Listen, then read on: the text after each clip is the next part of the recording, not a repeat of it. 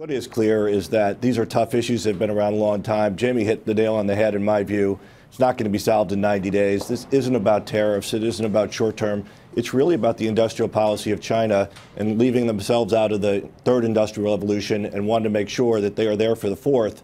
They have a $1.5 trillion Belt and Road Initiative, Silk Road Initiative to expand across all of Asia.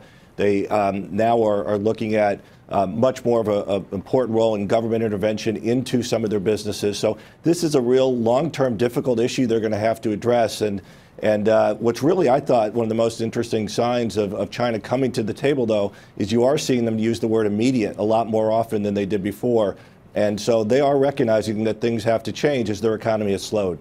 Mark, how are you advising your U.S. companies that do business internationally, and particularly with China? What are you telling them about the supply chain they need to be aware of? What are you telling them about the tensions that are coming through with these trade talks? What do they do to be nimble?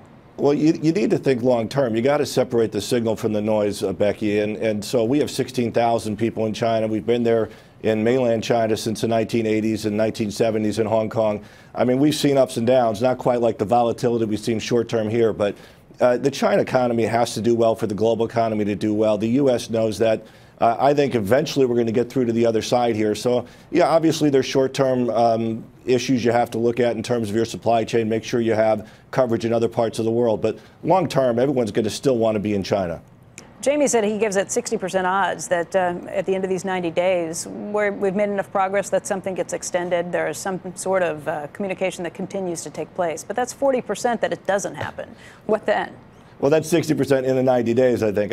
Longer term, I think clearly everyone thinks something's going to happen. We've seen this trade negotiation style by the president with what was NAFTA and then coming together after a lot of obviously puffing and a lot of tariff threats and everything. We've seen it in chorus. China's going to be a lot more tough, but I think we're going to see that play out again. Mark, when you're advising your clients about where they might either build a new factory or somebody that they're going to partner with, what countries are you saying are off limits and on these days?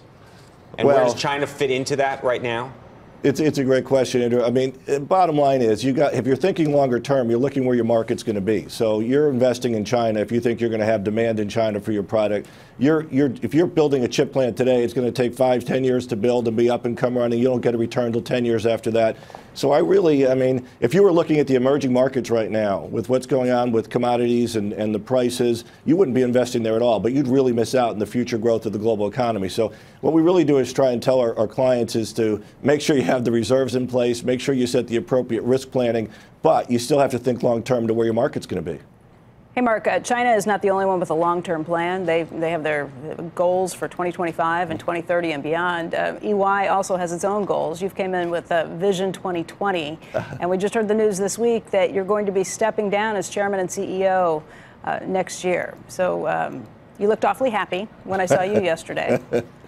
Well, listen, Becky, it's been a great run. I mean, every CEO, every leader of an organization wants to leave a business stronger, more sustainable than it was in the past. And you know, the market's validated our approach. We went from about a $28 billion organization to close to 40 this year.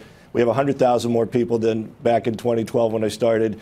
It's time for the next leadership to take the reins and go from Vision 2020 to the next vision and do that sprint. So I'm real excited about the bench strength we have.